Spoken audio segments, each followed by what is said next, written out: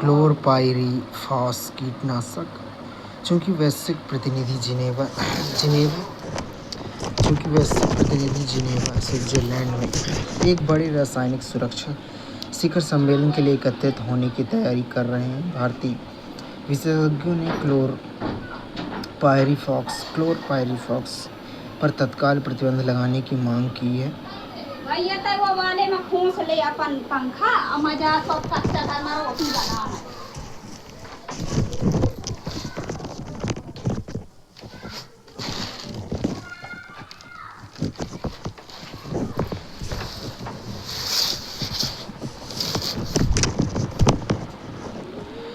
Chlorpyrifos फसलों पर कीड़ों को मारने के लिए प्रयोग किए जाने वाला एक ब्रॉड स्पेक्ट्रम ऑर्गेनोफॉस्फेट कीटनाशक है। इसे WHO द्वारा मध्यम रूप से खतरनाक कीटनाशक के रूप में वर्गीकृत किया गया है। भारत में विभिन्न फसलों पर उपयोग जारी है, जिससे किसानों और उपभोक्ताओं, भविष्य की पीढ़ियों और पारिस्थितिक तंत्र के लिए गंभीर खतरा उत्पन्न हो रहा है। वैश्विक कार्रवाई है अमेरिका, यूरोपीय संघ, चीन सहित 40 से अधिक देशों में प्रतिबंधित स्वास्थ्य जोखिम वैश्विक अध्ययनों के क्लोरपाइरीफॉस के संपर्क को निम्नलिखित में जोड़ा है। बच्चों में तंत्रिका विकास क्षति, जिसमें कम IQ, ऑटिज्म और ADHD शामिल है। जन्मे शिशु में मस्तिष्क का बाधित विकास, संभावित हार्मोनल व्यवधान, संभावित श्वसन संबंधी समस्याएं, प्रजनन संबंधी समस्याएं, पर्यावरणीय प्रभाव। ये पक्षियों, मधुमक्खियों, जलीय जीवन, लाभकारी कीटों के लिए अत्यधिक जहरीला है। यह पर्यावरण में बना रह सकता है, जिससे मृदा और जल दूषित हो जाते हैं। Surface enhanced Raman spectroscopy sporopollenin template पर कॉपर ऑक्साइड नैनो स्ट्रक्चर के नियंत्रित विकास के माध्यम से मॉर्निंग स्टार, भोर का तारा जैसी नैनो संरचना वाला एक नया तांबा आधारित उत्प्रेरक कैटलिस्ट विकसित किया गया है। विकासकर्ता इसे विज्ञान और प्रौद्योगिकी विभाग DST के एक स्वायत्त संस्थान institute of nano science and technology INST द्वारा विकसित किया गया प्रयोग। यह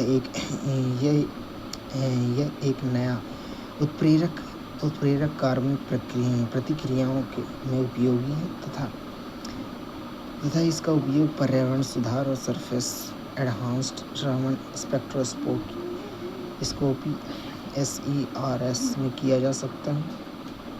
सरफेस एनहांस्ड रमन स्पेक्ट्रोस्कोपी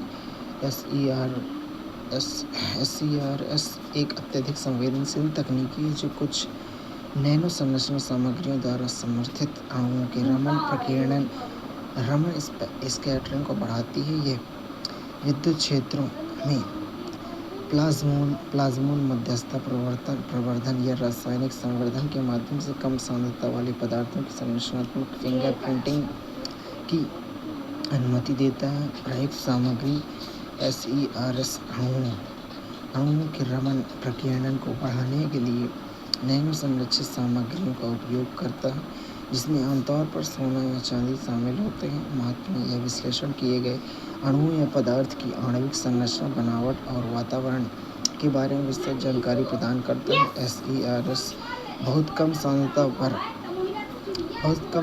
पर भी अणुओं का पता लगा सकता है। प्रायः एकल अणु स्तर तक अनुप्रयोग में SERS का उपयोग विभिन्न क्षेत्रों में किया जा सकता है, जैसे बायोमेडिसिन। SERS का उपयोग DNA, RNA, cancer marker, bacteria और वायरस का विश्लेषण करने के लिए किया गया है। खाद्य विज्ञान, इसका उपयोग भोजन पर बैक्टीरिया और खाद्य प्रदूषण का विश्लेषण करने के लिए किया जाता है। पर्यावरण विश्लेषण में इसका उपयोग विषाक्त पदार्थों, रंगों और कीटनाशकों का विश्लेषण करने के लिए किया गया है। में SERS का उपयोग अपराध स्तर से सूक्ष्म साक्ष्य का विश्लेषण करने के लिए किया जाता है। पदार्थ विज्ञान इसका उपयोग सतह के गुणों और आणविक संरचनाओं का विश्लेषण करने के लिए किया जाता है। स्पोरोपोलेनिन यह एक जैविक बहुलक है। यह परागकणों और जीवाणुओं की बाह्य दीवारों में पाया जाता है। इसकी बाह्य संरचना कटोरे जैसी होती है। यह संरचना कॉपर ऑक्साइड नैनो स्ट्रक्चर के नियंत्रित विकास के लिए एक ढांचा प्रदान करती है। Dark oxygen clarion Clipperton zone में डार्क ऑक्सीजन उत्पादन की हालिया खोज ने इस पारंपरिक सिद्धांत को चुनौती दी है कि ऑक्सीजन का उत्पादन केवल प्रकाश संश्लेषण से जुड़ा है, जिसके लिए सूर्य के प्रकाश की आवश्यकता होती है। डार्क ऑक्सीजन यह समुद्र की सतह के बहुत नीचे बिना सूर्य के प्रकाश से प्रकाश संश्लेषण के उत्पादित होने वाली ऑक्सीजन है। खोज जुलाई 2024 में वैज्ञानिकों ने प्रशांत महासागर के क्लेरियन क्लिपर्टन जोन में 13,100 फीट की गहराई पर डार्क ऑक्सीजन की पहचान की है। डार्क ऑक्सीजन उत्पादन की क्रियाविधि में समुद्र तल पर मैंगनीज और लोहे के समृद्ध धात्विक पिंड ऑक्सीजन उत्पन्न करते पाए गए हैं। वैज्ञानिकों का अनुमान है कि पॉलीमेटैलिक नोड्यूल से जुड़ी विद्युत रासायनिक प्रक्रियाएं समुद्री जल के अणुओं को विभाजित कर सकती हैं, जिससे सूर्य के प्रकाश की अनुपस्थिति में भी ऑक्सीजन निकलती है। महत्व में यह इस सिद्धांत को चुनौती देता है कि प्रकाश संश्लेषण ही ऑक्सीजन का एकमात्र स्रोत है। यह अन्य ग्रहों पर ऑक्सीजन समृद्ध वातावरण के अस्तित्व की संभावना का सुझाव देता है, जो संभावित रूप से जीवन के अस्तित्व का समर्थन कर सकता है। यह संकेत देता है कि पृथ्वी पर ऑक्सीजन का उत्पादन प्रकाश संश्लेषण से पहले हुआ हो सकता है, जो जीवन की उत्पत्ति के सिद्धांतों को नया रूप देगा। क्लेरियन क्लिपर्टन जोन यह उत्तरी प्रशांत महासागर में हवाई और मैक्सिको के बीच स्थित विशाल मैदान है। संसाधन इसमें मैंगनीज, निकल, तांबा, कोबाल्ट जैसे खनिज समृद्ध पॉलीमेटैलिक नोड्यूल्स के विशाल भंडार मौजूद हैं। ये पदार्थ हरित तकनीकों के लिए महत्वपूर्ण हैं, जिनमें इलेक्ट्रॉनिक वाहन और सौर पैनल शामिल हैं। एशियाई चावल पैनजीनोम वैज्ञानिकों ने पहली बार एशियाई चावल पैनजीनोम बनाया है, जिसमें 144 जंगली और खेती की जाने वाली चावल की किस्मों का आनुवंशिक डेटा शामिल है। पैनजीनोम अवधारणा पैनजीनोम एक व्यापक जीनोमिक संसाधन है, जिसमें कोर जीन जो किसी प्रजाति के सभी व्यक्तियों में साझा होते हैं और परिवर्तनशील या अद्वितीय जीन हैं जो केवल कुछ व्यक्तियों में मौजूद होते हैं शामिल है। लाभ में यह एकल संदर्भ जीन की तुलना में आनुवंशिक भिन्नता की अधिक पूर्ण तस्वीर प्रदान करते हैं। चावल की आनुवंशिकी और खाद्य सुरक्षा के लिए वैश्विक महत्व चावल ओरिज़ा सटाइवा एल विश्व की लगभग 2/3 आबादी पर विशेषकर एशिया में मुख्य भोजन स्रोत है। आनुवंशिक लाभ में यह चावल की किस्मों में रोग प्रतिरोधक क्षमता, जलवायु अनुकूल और पोषण गुणवत्ता में सुधार में सहायता करता है। घरेलू प्रयोग यह चावल को उसकी जंगली किस्म ओ रूफीपोगन, विशेष रूप से ORIIIA समूह, जो जैपोनिका चावल समूह जैपोनिक चावल का मूल है, से जोड़कर भारत में चावल के विकास की समझ को मजबूत करता है। तनाव अनुकूलन यह चावल की पर्यावरणीय तनाव सहिष्णुता और पुनर्योजी क्षमता को बढ़ाने के लिए आनुवंशिक संसाधनों का विस्तार करता है। फसल लचीलापन और प्रजनन अनुप्रयोग चावल पैनजीनोम वैज्ञानिकों को निम्नलिखित कार्यों में सक्षम बनाता है। जलवायु लचीली किस्में विकसित करना, जिसमें सूखा, बीमारियों और वैज्ञानिकों और अजैविक तनाव के प्रति अधिक सहनशीलता हो। आनुवंशिक आधार को व्यापक बनाना, जंगली चावल से लाभकारी गुणों को खेती की जाने वाली किस्मों में शामिल करना, जलवायु परिवर्तन की चुनौतियों का समाधान करना जिसमें तनावपूर्ण परिस्थितियों में पैदावार की कमी और आर्सेनिक अवशोषण में वृद्धि जैसी समस्याएं शामिल हैं। तकनीकी और प्रजनन विवरण, तकनीकी आधार PAC Pac Bio high deficiency HIFI अनुक्रम और उन्नत कंप्यूटेशनल विश्लेषण का उपयोग करके शोधकर्ताओं ने 3.87 बिलियन बेस पेयर के नए आनुवंशिक अनुक्रमों की पहचान की है। प्रजनन महत्व, यह विस्तारित जीनोम संसाधन सटीक प्रजनन का समर्थन करता है जिसका उद्देश्य पैदावार वृद्धि, तनाव सहनशीलता और दीर्घकालिक जलवायु अनुकूलन है। पैन जीनोम और संदर्भ जीनोम के बीच अंतर। संदर्भ जीनोम रेफरेंस जीनोम यह एक एकल प्रतिनिधि किस्म का जीनोम है। पैन जीनोम यह कई किस्मों का संयुक्त जीनोम डेटा है। जीन विस्तार, संदर्भ जीनोम इसमें केवल एक किस्म के में मौजूद जीन शामिल होते हैं। पैन जीनोम इसमें कई किस्मों के कोर, साझा और अद्वितीय जीन होने दोनों शामिल होते हैं। पहचाने गए कोर जीन, संदर्भ जीनोम में इसमें कोर जीन विशेष रूप से वर्गीकृत नहीं होते हैं। पैन जीनोम इसमें सभी अध्ययन की गई किस्मों में साझा किए गए 28,907 कोर जीन शामिल हो। उपयोगिता, संदर्भ जीन यह एक मूल आनुवंशिक संदर्भ के रूप में कार्य करता है। पैन जीनोम यह नए लक्षणों की पहचान और बेहतर लक्षण मानचित्रण को सक्षम बनाता है। प्रजनन कार्यों में उपयोग, संदर्भ जीनोम इसकी प्रयोज्यता सीमित होती है। पैन जीनोम में इसमें तनाव सहिष्णुता और उच्च पैदावार वाली किस्में विकसित करने की उच्च क्षमता होती है। भारत का GAN आधारित सेमीकंडक्टर संयंत्र, भारत का पहला गैलियम नाइट्राइड GAN आधारित semiconductor plant poly metallic electronics द्वारा नया रायपुर छत्तीसगढ़ में स्थापित किया गया है। गैलियम नाइट्राइड एक वाइड बैंड मैप सेमीकंडक्टर सामग्री मुख्य विशेषताओं में वाइड बैंड मैप GAN उच्च वोल्टेज और तापमान को सहन कर सकता है जिससे यह ऊर्जा रूपांतरण में अधिक कुशल हो सकता है। उच्च breakdown voltage GAN transistor silicon आधारित ट्रांजिस्टर की तुलना में काफ़ी उच्च वोल्टेज को सहन कर सकते हैं। यह उन्हें हाई एंड अनुप्रयोग में कार्य करने में सक्षम बनाता है। उच्च तापीय चालकता, GAN में उच्च तापीय चालकता होती है जो संचालन के दौरान उत्पन्न ऊष्मा को बाहर निकालती है। यह उच्च शक्ति वाले उपकरणों के लिए महत्वपूर्ण है। तीव्र परिवर्तन गति, सिलिकॉन की तुलना में GAN ट्रांजिस्टर तीव्र परिवर्तन गति प्रदर्शित करते हैं। यह उच्च आवृत्ति अनुप्रयोगों में अधिक कुशल ऊर्जा परिवर्तन की अनुमति देता है। सुई मुक्त शॉक सिरिंज IIT बॉम्बे के शोधकर्ताओं ने एक शॉक वेव आधारित सुई मुक्त सिरिंज विकसित की है। यह दर्द रहित और सुरक्षित दवा वितरण सुनिश्चित करती है जिससे त्वचा को कम नुकसान और संक्रमण के खतरे में कमी आती है। सुई मुक्त शॉक सिरिंज, पारंपरिक सुई वाली सिरिंज त्वचा को एक नुकीली नोक से भेदने पर निर्भर करती है। हालांकि शॉक सिरिंज में सुई नहीं होती है। कार्य सिद्धांत में यह उच्च ऊर्जा दबाव तरंगों शॉक वेव्स का उपयोग करती है जो ध्वनि की गति से भी तेज त्वचा को भेज सकती है। जब वे तरंगें उत्पन्न होती हैं तो ये अपने आसपास के माध्यम जैसे वायु या तरल को संकुचित कर उसके माध्यम से यात्रा करती हैं।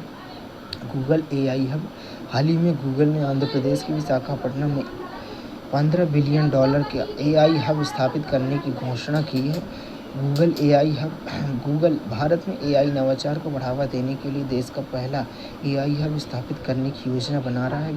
गूगल वैश्विक AI नेटवर्क यह भारत देश में विस्तृत गूगल के AI केंद्रों के वैश्विक नेटवर्क का हिस्सा होगा। मुख्य विशेषताओं में उन्नत AI अनुसंधान का समर्थन करने के लिए गीगावाट स्केल कंप्यूट क्षमता, बड़े पैमाने पर डेटा हैंडलिंग के लिए 1 gigawatt hyper scale data centre परिसर, सुविधा को स्थायी रूप से विद्युत देने के लिए व्यापक ऊर्जा बुनियादी ढांचा, भारत को वैश्विक डिजिटल नेटवर्क से जोड़ने वाला अंतर्राष्ट्रीय अंतर्राष्ट्रीय सबसी केबल गेटवे, इंटरनेशनल सबसी केबल गेटवे। उम्मीद है कि यह हब भारत के एआई क्षमताओं को बढ़ाएगा, अनुसंधान को सुविधाजनक बनाकर उभरती तकनीकों में वैश्विक सहयोग बढ़ाएगा। टंगस्टन। केंद्र सरकार ने मदुरै, तमिलनाडु में नायकरपट्टी टंगस्टन ब्लॉक की नीलामी को रद्द कर दिया है। इससे पहले हाल ही में हिंदुस्तान जिंक लिमिटेड को टंगस्टन खनन के अधिकार दिए गए थे। टंगस्टन एक दुर्लभ, भारी और सघन धातु है। सभी धातुओं में इसका गलनांक सबसे अधिक 3422 डिग्री सेल्सियस होता है। मुख्य गुण में इसमें असाधारण विशेषताएं: टंगस्टन असाधारण कठोरता, ऊष्मा प्रतिरोध और जंग के प्रति प्रतिरोध होता है।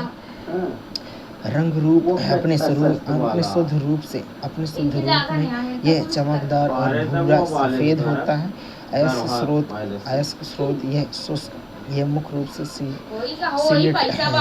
सिलिट और वोल्फ्राइट अयस्कों में पाया जाता है। अनुप्रयोग में इसका प्रयोग filaments, X-ray tube, electronic contacts और सेमीकंडक्टर्स में किया जाता है। टंगस्टन के भंडार कर्नाटक में भारत का 41% टंगस्टन है, जो मुख्य रूप से चित्रकूट, दुर्ग और मैसूर में पाया जाता है। वैश्विक स्तर पर चीन सबसे बड़े भंडार है और 80% से अधिक उत्पादन के साथ इस क्षेत्र में प्रभावी है। पेरिस एआई शिखर सम्मेलन 2025। भारत और फ्रांस ने 10 और 11 फरवरी 2025 को आर्टिफिशियल इंटेलिजेंस एक्शन समिट की सह-अध्यक्षता की। इसमें सार्वजनिक हित के लिए एआई को आगे बढ़ाने हेतु वैश्विक नेताओं ने भाग लिया। यह शिखर सम्मेलन बेलेचले पार्क नवंबर 2023 और सियोल मई 2024 शिखर सम्मेलनों की प्रमुख उपलब्धि पर आधारित था। फ्रांस ने अगले एआई शिखर सम्मेलन के मेजबान के रूप में भारत का स्वागत किया है। पेरिस एआई शिखर सम्मेलन 2025 10 से 11 फरवरी 2025 को मेजबान फ्रांस रहा। सह अध्यक्षता भारत और फ्रांस ने की। यूके 2023 में और दक्षिण कोरिया 2024 के बाद तीसरा वैश्विक एआई शिखर सम्मेलन है। एआई सुरक्षा, नैतिकता, शासन, नवाचार और आर्थिक प्रभाव पर ध्यान केंद्रित किया जाएगा। शिखर सम्मेलन में मुख्य परिणाम रहे कि लोगों और ग्रह के लिए समावेशी और सतत कृत्रिम बुद्धिमत्ता पर समग्र प्रयास किया गया। इसमें हस्ताक्षर करता इस समग्र प्रयास ज्वाइंट स्टेटमेंट पर भारत, चीन, ब्राज़ील, फ्रांस, ऑस्ट्रेलिया और यूरोपीय आयोग सहित 58 देशों ने हस्ताक्षर किए। संयुक्त राज्य अमेरिका और यूके ने मतदान में भागीदारी नहीं की। पब्लिक इंटरेस्ट एआई प्लेटफॉर्म और इनक्यूबेटर इसे पब्लिक इंटरेस्ट एआई पर मौजूदा सार्वजनिक और निजी पहलों के बीच अंतर को कम करने तथा डिजिटल विभाजन को संबोधित करने के लिए लॉन्च किया गया है। संस्थापक सदस्य Bharat, Kenya, Germany, Chile, Finland, Slovenia, France, Nigeria, Morocco. उद्देश्य: डेटा मॉडल विकास, पारदर्शिता, ऑडिट, कंप्यूट, प्रतिभा, वित्तपोषण, सहयोग में तकनीकी सहायता तथा क्षमता निर्माण परियोजनाओं का समर्थन करके सार्वजनिक हित को आगे बढ़ाने वाला एक भरोसेमंद एआई पारिस्थितिकी तंत्र बनाना है। ऊर्जा, एआई और डेटा केंद्रों पर वेधशाला। देश में पहली बार एआई और पर्यावरण पर एक अंतर्राष्ट्रीय चर्चा को बढ़ावा दिया है। अंतर्राष्ट्रीय ऊर्जा एजेंसी IEA 2025 में ऊर्जा, एआई और डेटा केंद्रों पर शोधकर्ता वेधशाला का निर्माण करेगी। यह ऊर्जा क्षेत्र में अत्याधुनिक एआई अनुप्रयोगों को ट्रैक करने के अलावा एआई की विद्युत आवश्यकताओं पर विश्व में सबसे व्यापक और हालिया डेटा एकत्र करेगा। पर्यावरण की दृष्टि से सतत एआई के लिए प्रबंधन। इसका उद्देश्य एआई के वैश्विक चर्चा में सतत एआई के स्थान को मजबूत करना, ठीक वैसे ही जैसे एआई सुरक्षा या एआई नैतिकता पर अध्ययन किया जाता है। शुरुआत में संयुक्त राष्ट्र पर्यावरण कार्यक्रम UNEP और अंतर्राष्ट्रीय दूरसंचार संघ ITU द्वारा की गई ग्रीन डिजिटल एक्शन इनिशिएटिव। यह ITU के नेतृत्व वाली एक बहुहितधारक पहल है जो सस्टेनेबल एआई वर्किंग ग्रुप के साथ एक ग्रीन कंप्यूट स्तंभ लॉन्च कर रही है। ध्यान के लिए एआई काम कौशल शिक्षा पर एआई के प्रभाव का आकलन करने और उत्पादकता तथा कार्य के उचित स्थितियों को बढ़ावा देने के लिए वेधशालाओं की स्थापना, एआई गवर्नेंस पर वैश्विक संवाद, शासन संबंधी प्रयासों को समन्वित और संरेखित करने के लिए वैश्विक संवाद और एआई पर एक स्वतंत्र वैज्ञानिक पैनल का शुभारंभ। एआई शिखर सम्मेलन में भारत ने फ्रांस के साथ मिलकर इस शिखर सम्मेलन के सह-अध्यक्षता की मेजबानी। भारत ने वर्ष 2026 में एआई शिखर सम्मेलन की मेजबानी करने की इच्छा जताई है। एआई वीडियो स्थानीयकरण, मीडिया वेन फ्रांस और रेवेरी लैंग्वेज टेक्नोलॉजीज भारत के बीच एक रणनीतिक साझेदारी की घोषणा की गई। यह सहयोग 11 भारतीय भाषाओं में निर्बाध स्थानीयकरण को सक्षम करके वीडियो पहुंच में क्रांति लाएगा, जिससे विविध दर्शकों के मध्य समावेशिता को बढ़ावा मिलेगा। इस समाधान को comingtoindia.com में शामिल किया गया है, जो यूरेका इनवाइट द्वारा समर्थित एक नया लॉन्च किया गया पूर्ण सेवा स्थानीयकरण मंच है। प्रधानमंत्री का संदेश, ओपन सोर्स। पीएम ने नवाचार और समावेशिता को बढ़ावा देने के लिए ओपन सोर्स एआई मॉडल को अपनाने का आह्वान किया है। पूर्वाग्रह मुक्त डेटा सेट। भारत सरकार ऐसे मूलभूत मॉडलों को वित्त पोषित करना चाहती है जो भारतीय संदर्भ और इसकी विविध सूक्ष्मताओं को समझते हों। नौकरियों पर एआई का संभावित प्रभाव। यद्यपि भविष्य की नौकरियों की प्रकृति में काफ़ी बदलाव आएगा, पीएम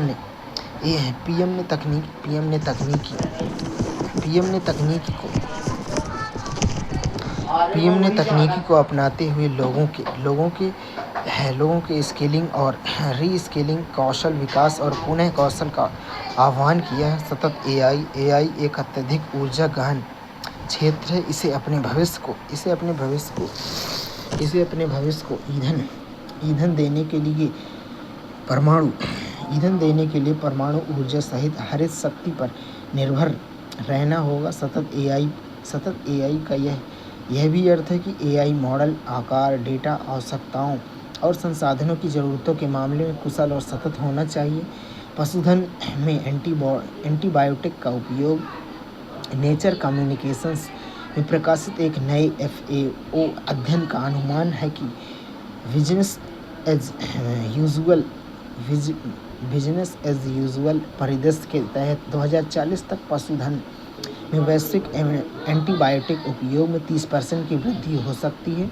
पशुधन में एंटीबायोटिक उपयोग का कारण गहन कृषि प्रणालियों में संक्रमण और तनाव से संबंधित बीमारियों को रोकने के लिए अक्सर चारे या पानी के माध्यम से दिया जाता है।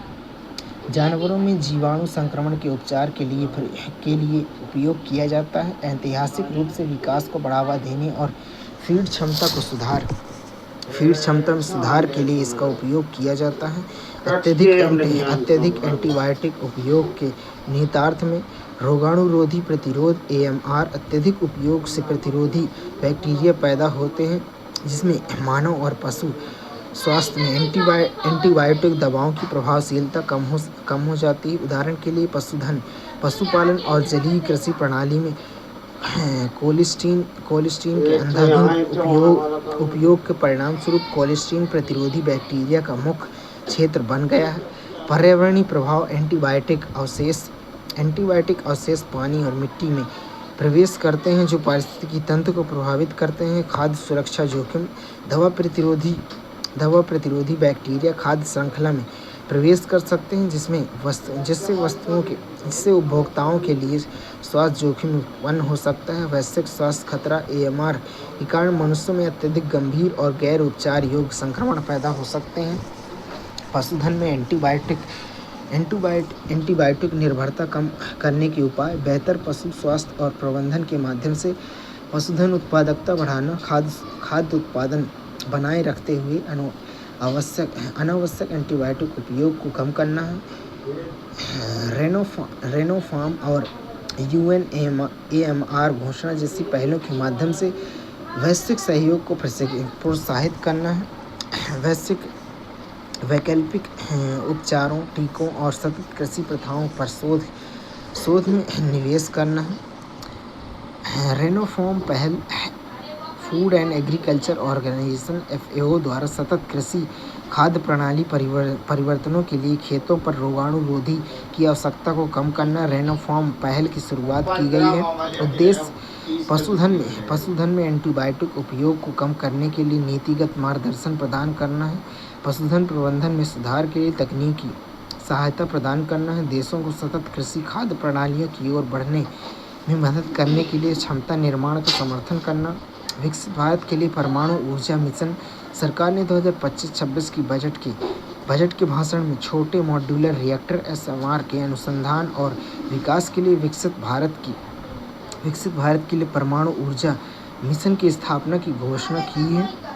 विकसित भारत के लिए परमाणु ऊर्जा मिशन घरेलू परमाणु क्षमताओं का विस्तार, निजी क्षेत्र की भागीदारी को बढ़ावा देना और उन्नत परमाणु तकनीकों का प्रयोग। वित्त पोषण में केंद्रीय बजट 2025-26 में स्मॉल मॉड्यूलर रिएक्टर SMR के अनुसंधान और विकास के लिए 20,000 करोड़ आवंटित किए गए। इसका लक्ष्य 2033 तक कम से कम 5 स्वदेशी रूप से डिजाइन किए गए परिचालन SMR तैयार करना है। लक्ष्य भारत ने 2047 तक 100 गीगावाट परमाणु ऊर्जा क्षमता का लक्ष्य रखा है। निजी क्षेत्र का प्रवेश। सरकार परमाणु ऊर्जा में निजी क्षेत्र के प्रवेश को सुविधाजनक बनाने के लिए परमाणु ऊर्जा अधिनियम 1962 और नागरिक दायित्व परमाणु क्षति अधिनियम 2010 में संशोधन करने की योजना बना रहा है, जिसका उद्देश्य भारत स्मॉल रिएक्टर्स की स्थापना है। भारत स्मॉल मॉड्यूलर रिएक्टर का अनुसंधान और विकास तथा परमाणु ऊर्जा के लिए नई तकनीकों का अनुसंधान और विकास कर रहा है। छोटे modular reactor, small modular reactor SMR उन्नत परमाणु रिएक्टर हैं जिनकी अधिकतम विद्युत उत्पादन क्षमता 300 मेगावाट W यूनिट प्रति यूनिट तक होती है। पारंपरिक परमाणु ऊर्जा रिएक्टर 500 मेगावाट या अधिक की उत्पादन क्षमता का लगभग 1/3 है। Modular design. रिएक्टरों के मॉड्यूलर डिजाइन का अर्थ है कि प्रणाली और घटकों को कारखानों में असेंबल किया जाता है और साइट पर निर्माण की बजाय स्थापना के लिए यूनिट के रूप में उस स्थान पर ले जाया जाता है। अनुप्रयोग क्षेत्र। SMR विभिन्न आउटपुट अनुप्रयोगों को लक्षित करते हैं, जैसे कि विद्युत हाइब्रिड ऊर्जा प्रणाली, हीटिंग, जल विलवणीकरण, डिसैलिनेशन और औद्योगिक अनुप्रयोगों के लिए भाप परिचालन स्थिति। अधिकांश SMR अभी भी विकास के चरण में है और अभी केवल कुछ ही प्रयोगात्मक SMR चालू हैं। विकास की स्थिति। विश्व में SMR के लिए 80 से अधिक विभिन्न डिजाइन विकास के अधीन है। इसमें अमेरिका, चीन, रूस और दक्षिण कोरिया जैसे देश ऐसे रिएक्टरों का निर्माण कर रहे हैं। भारत का परमाणु ऊर्जा कार्यक्रम। परमाणु ऊर्जा आयोग AEC की स्थापना वर्ष 1948 में होमी जहांगीर भाभा के नेतृत्व में की गई थी। 1954 में स्थापित परमाणु ऊर्जा प्रतिष्ठान के बाद भाभा परमाणु अनुसंधान केंद्र बार्क बन गया। भारत का पहला परमाणु ऊर्जा संयंत्र 1969 में महाराष्ट्र के तारापुर में शुरू किया गया। वर्ष 1974 और वर्ष 1998 में पोखरण परीक्षण किए गए, जिससे भारत की परमाणु क्षमताओं का प्रदर्शन हुआ। भारत का त्रिचरणीय परमाणु ऊर्जा कार्यक्रम। प्रथम चरण pressurised heavy water reactor PHWR। इस चरण में PHWR में ईंधन के रूप में प्राकृतिक यूरेनियम का उपयोग किया जाता है। यूरेनियम 235 आइसोटॉप ऊर्जा उत्पन्न करने के लिए विखंडन से गुजरता है, जबकि यूरेनियम 238 आइसोटॉप प्लूटोनियम 239 का उत्पादन करने के लिए न्यूट्रॉन को आवेशित करता है। द्वितीय चरण फास्ट ब्रीडर रिएक्टर FBR। दूसरे चरण में फास्ट ब्रीडर रिएक्टर्स में ईंधन के रूप में प्रथम चरण से प्राप्त प्लूटोनियम 239 का उपयोग किया जाता है। ये रिएक्टर जितनी ईंधन खपत करते हैं उससे अधिक उत्पन्न करते हैं। उत्पादन की गई सामग्री प्लूटोनियम और यूरेनियम का मिश्रण ईंधन के अगले चरण में उपयोग के लिए प्लूटोनियम निकालने के लिए पुनः संसाधित किया जाता है। तृतीय चरण थोरियम आधारित रिएक्टर। अंतिम चरण में थोरियम 232 को रिएक्टर से यूरेनियम 233 में परिवर्तित किया जाता है। इसके बाद यूरेनियम 233 ईंधन के रूप में कार्य करेगा। भारत की परमाणु ऊर्जा उत्पादन क्षमता। भारत परमाणु ऊर्जा भारत में विद्युत उत्पादन का 5वां सबसे बड़ा स्रोत है। वर्तमान स्थिति भारत की परमाणु ऊर्जा उत्पादन क्षमता 2014 में 4780 मेगावाट से बढ़कर 2025 तक अब 8180 मेगावाट हो गई, जो लगभग दोगुनी है। यह देश के कुल विद्युत उत्पादन में लगभग 3.1% 2020-21 तक का योगदान देता है। अनुमानित परमाणु क्षमता 2031-32 तक 3 गुना होकर 22,800 मेगावाट होने का अनुमान है। 2047 तक भारत में विद्युत उत्पादन का लगभग 9% भाग परमाणु ऊर्जा से निर्मित होगा।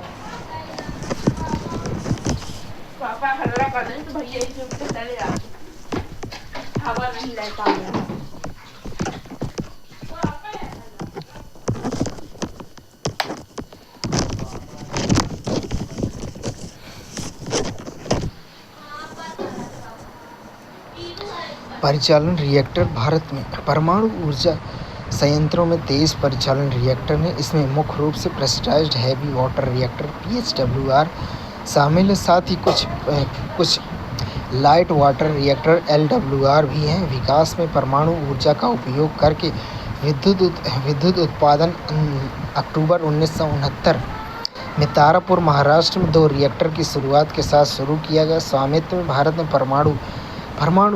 में परमाणु ऊर्जा संयंत्रों का स्वामित्व और संचालन nuclear power corporation of India limited (NPCIL) और उसकी पूर्ण स्वामित्व वाली सहायक कंपनी भारत नाभिकीय विद्युत निगम (भाविनी) के पास है।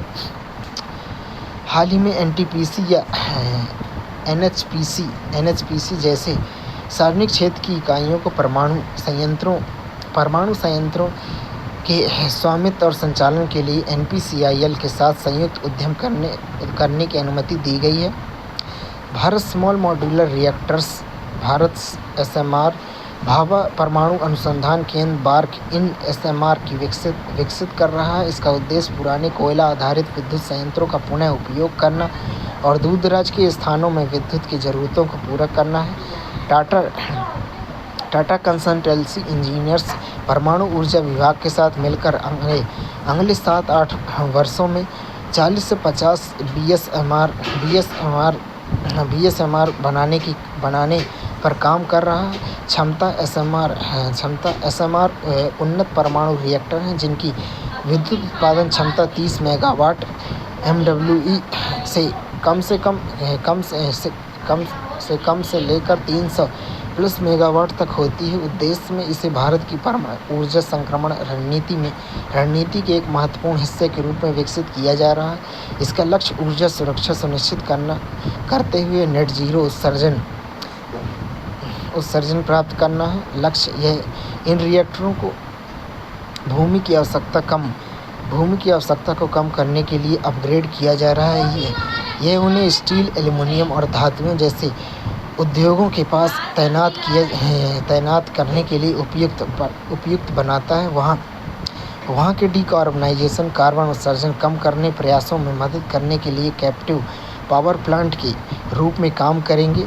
साझेदारी निजी संस्थान भूमि, जल और पूंजी प्रदान करेंगी। NPCIL मौजूदा कानूनी ढांचे के भीतर डिजाइन,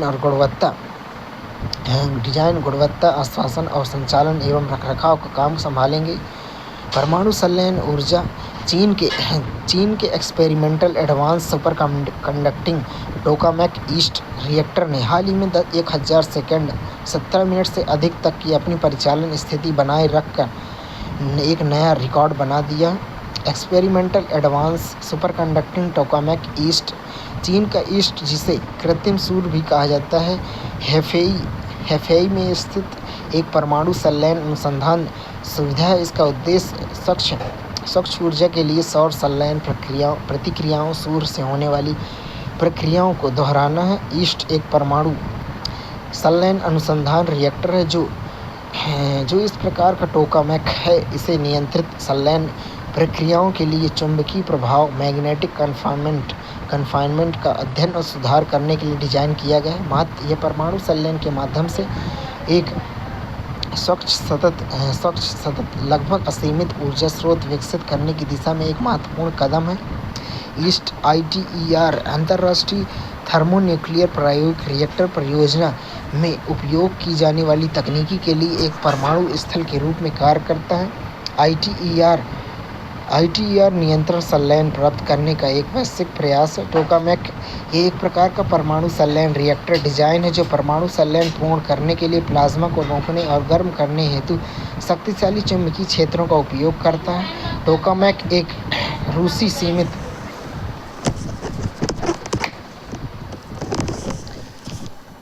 टोकामेक एक रूसी टोकामेक शब्द एक रूसी संक्षिप्त नाम से आया है जिसका अनुवाद चुंबकीय फाइल वाला टॉरॉयडल कक्ष है। नाभिकीय संलयन कैसे करता है? हाइड्रोजन परमाणु गर्म किए जाते हैं, संलयन प्रक्रिया की जाती है, हीलियम न्यूट्रॉन और ऊर्जा का उत्सर्जन होता है। न्यूट्रॉन की ऊर्जा जल को गर्म करती है। आकार ये डोनट जैसे आकार टोरस से बना होता है जहां प्लाज्मा एक निरंतर लूप में घूमता है। यह डिजाइन स्थिर प्लाज्मा क्षेत्र कन्फाइनमेंट बनाए रखने में मदद करता है। निर्माणाधीन सबसे बड़ी टोकामेक परियोजना फ्रांस में ITER है। यह कई देशों चीन, यूरोपीय संघ, भारत, जापान, कोरिया, रूस और अमेरिका के बीच एक सहयोगी प्रयास है। भारत अपना टोकामेक आदित्य है जिसे 1989 में चालू किया गया था। इस संलयन भौतिकी और इंजीनियरिंग में भारत की विशेषता में योगदान दिया। यह गुजरात के इंस्टीट्यूट फॉर प्लाज्मा रिसर्च में स्थित है। परमाणु या नाभिकीय संलयन क्या है? परमाणु संलयन वह प्रक्रिया है जिसमें दो हल्के परमाणु नाभिक मिलकर एक भारी नाभिक बनाते हैं जिससे भारी मात्रा में ऊर्जा निकलती है। यह पूरी प्रक्रिया जो सूर्य या अन्य तारों को ऊर्जा प्रदान करती है जिससे यह भविष्य के लिए एक संभावित स्वच्छ और असीमित ऊर्जा का स्रोत बन जाता है। संलयन के लिए आवश्यक शर्तें: तापमान, अत्यधिक उच्च तापमान जो सूर्य के कोर से भी अधिक है। पदार्थ की अवस्था: इतने तापमान पर पदार्थ प्लाज्मा आवेशित कणों का मिश्रण के रूप में मौजूद होता है। रोकथाम: प्लाज्मा को शक्तिशाली चुंबकीय क्षेत्रों का उपयोग करके सीमित किया जाना चाहिए क्योंकि कोई भी भौतिक सामग्री इतने अधिक तापमान पर सामना नहीं कर सकती। परमाणु संलयन के लाभ में असीमित ईंधन आपूर्ति। यह हाइड्रोजन समस्थानिकों का उपयोग करता है। समुद्री जल से ड्यूटेरियम और लिथियम से ट्रिटियम। शून्य कार्बन उत्सर्जन: इसमें कोई ग्रीन हाउस गैस नहीं निकलती जिससे यह पर्यावरण के अनुकूल है। कोई दीर्घकालिक परमाणु अपशिष्ट नहीं। विखंडन: फ्यूजन के विपरीत संलयन में लंबे समय तक रहने वाला रेडियोधर्मी अपशिष्ट पैदा नहीं होता है। उच्च ऊर्जा उत्पादन: 1 ग्राम संलयन ईंधन 10 टन कोयले जितनी ऊर्जा पैदा कर सकता है। विनाश का कोई जोखिम नहीं। विखंडन रिएक्टरों के विपरीत संलयन में विनाश का कोई जोखिम नहीं होता है।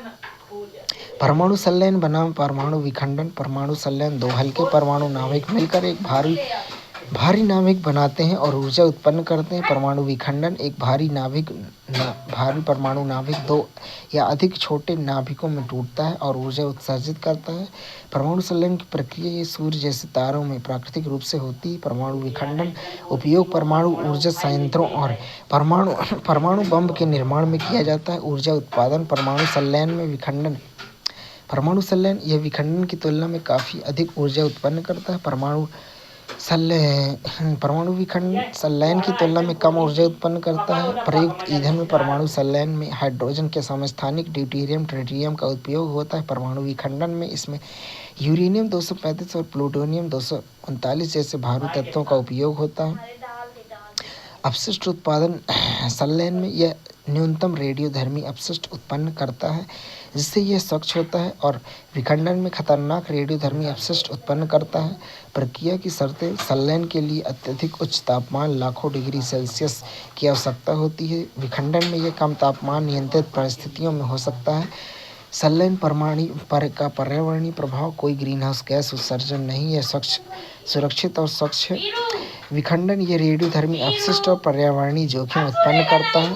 संलयन में व्यवहारिक उपयोग यह अभी भी शोध के अधीन है और अभी कोई व्यावसायिक रिएक्टर नहीं है।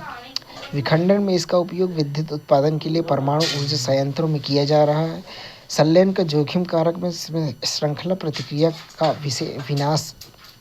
विनाश का कोई जोखिम नहीं। विखंडन में इसमें परमाणु दुर्घटनाओं और विकिरण रिसाव का जोखिम होता है। जेसी बोस अनुदान हाल ही में नेशनल रिसर्च फाउंडेशन ANRF ने जेसी बोस अनुसंधान जेबीजी के तहत प्रभाव आमंत्रित किया है। जेसी बोस अनुदान जेबीजी शुरुआत इसे अनुसंधान नेशनल रिसर्च फाउंडेशन ANRF द्वारा शुरू किया गया। उद्देश्य उत्कृष्ट वरिष्ठ भारतीय वैज्ञानिकों और इंजीनियरों को पहचान और उनको सहयोग प्रदान करना।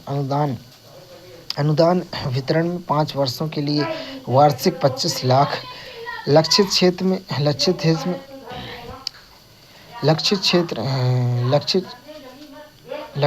में विज्ञान और प्रौद्योगिकी, कृषि, चिकित्सा और विज्ञान और प्रौद्योगिकी, इंटरफेस पर मानकी तथा सामाजिक विज्ञान में अत्यधिक अनुसंधान।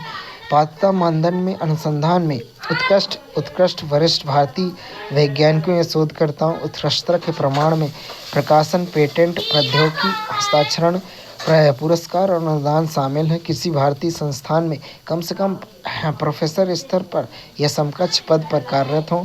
आयु सीमा इनका लाभ 68 की आयु तक प्राप्त किया जा सकता है। जगदीश चंद्र बोस 1858 से 1937।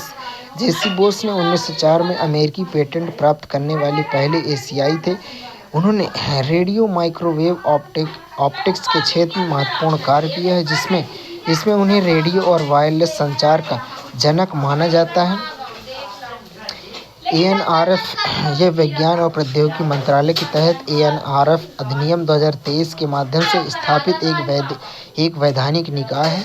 भूमिका यह भारत में वैज्ञानिक अनुसंधान के लिए रणनीतिक दिशा प्रदान करने वाला शीर्ष निकाय है। दृष्टिकोण इसका उद्देश्य अनुसंधान और विकास R&D को बढ़ावा देने, नवाचार प्रोत्साहन और अनुसंधान क्षमता का निर्माण करना है। अधिदेश राष्ट्रीय शिक्षा नीति NEP 2020 के अनुसार राष्ट्रीय अनुसंधान पारिस्थितिकी तंत्र को सुदृढ़ करना है। भारत का क्रिप्टो करेंसी ढांचा जैसे क्रिप्टो करेंसी के प्रति वैश्विक दृष्टिकोण बदल रहा है, भारत को अपने क्रिप्टो करेंसी नियामक ढांचे का पुनर्मूल्यांकन करने की बढ़ती आवश्यकता का सामना करना पड़ रहा है। क्रिप्टो करेंसी यह विनिमय का एक डिजिटल माध्यम है जो ब्लॉकचेन पर कार्य करता है। ब्लॉकचेन एक विकेंद्रीकृत डिजिटल बही खाता है जो केंद्रीय प्राधिकरण के बिना पीयर टू पीयर नेटवर्क पर लेनदेन रिकॉर्ड करता है। यह लेनदेन को सत्यापित करने के लिए क्रिप्टोग्राफिक तकनीकी और आपूर्ति को विनियमित करने के लिए एल्गोरिदम का उपयोग करता है। क्रिप्टो करेंसी के मुख्य विशेषताओं में डिजिटल ओनली, केवल इलेक्ट्रॉनिक रूप में मौजूद और कोई भौतिक समकक्ष नहीं है। विकेंद्रीकृत, पारंपरिक बैंकों के विपरीत केंद्रीय नियंत्रण के बिना संचालित होता है। सुरक्षित, प्रामाणिकता सुनिश्चित करने और धोखाधड़ी को रोकने के लिए क्रिप्टोग्राफी का उपयोग करता है। सीमित आपूर्ति क्षमता, अधिकांश की आपूर्ति निश्चित होती है। उदाहरण के लिए बिटकॉइन की 21 बिलियन कैप।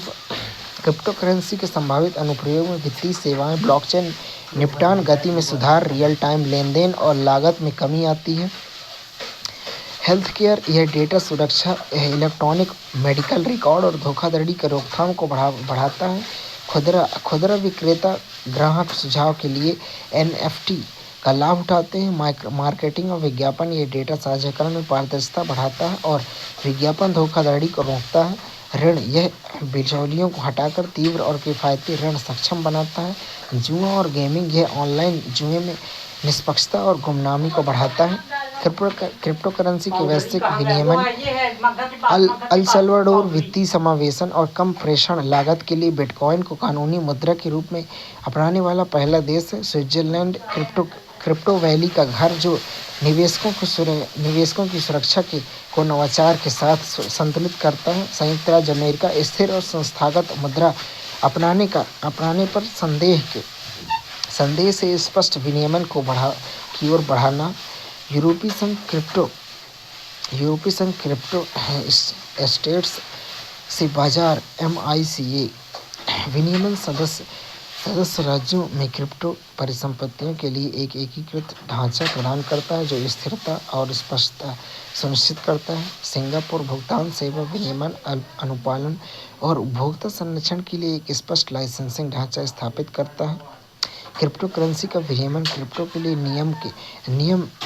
नियम वे कानूनी और प्रक्रियात्मक ढांचे हैं जिन्हें सरकारें डिजिटल संपत्ति के कई अलग-अलग पहलुओं को आकार देने के लिए लागू करती है। भारत की कानूनी स्थिति। भारत ने क्रिप्टो करेंसी को अवैध रूप में वर्गीकृत नहीं किया है, लेकिन उन्हें कानूनी निविदा लीगल टेंडर के रूप में मान्यता प्राप्त नहीं है।